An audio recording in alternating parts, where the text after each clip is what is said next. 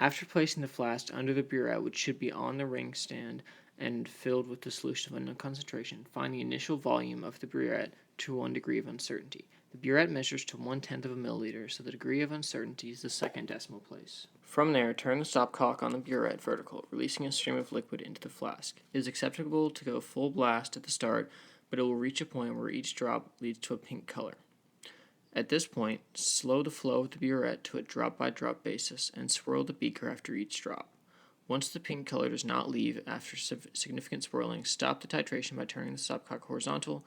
It may be necessary to compare with water to visualize a color change.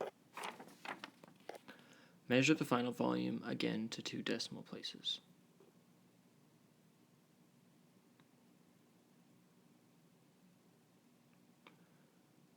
Record it and subtract the initial volume from the final volume to determine the volume delivered. The following is another example of how to properly perform a titration. Titrations are performed in order to find the concentration or molarity of an unknown solution. In order to do this, one must know the molarity, the moles per liter, of one of the solutions. In this case, the known solution was in the flask. It is also necessary to find the initial and final volumes in the burette, as to determine the volume delivered. In this case, however, instead of knowing the molarity of the known solution, a known mass of KHP was dissolved in deionized water in the flask.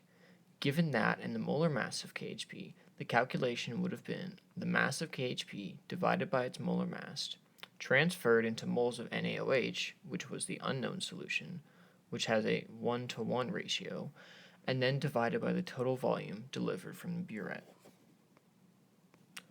When trying to determine the volume in a burette, locate the meniscus and start at the whole number above it. From there, go down 1 degree at a time until the bottom of the meniscus is between 2 markings. Make a rough estimate of the unknown decimal place and record.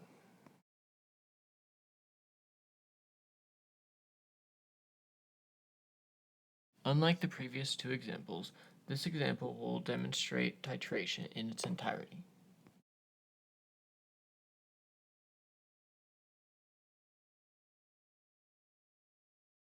Prior to completing the initial titration, the burette was primed via it being washed out 3 times with water and then 3 times with the solution of unknown molarity, sodium hydroxide.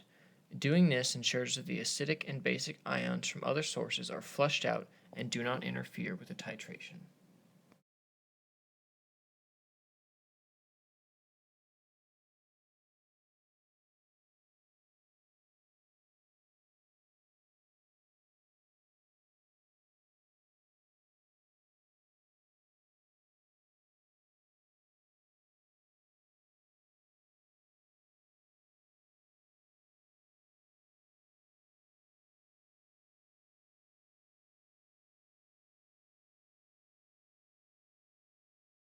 It is acceptable if towards the end 1 or 2 drops cause the solution in the flask to turn to a darker pink color.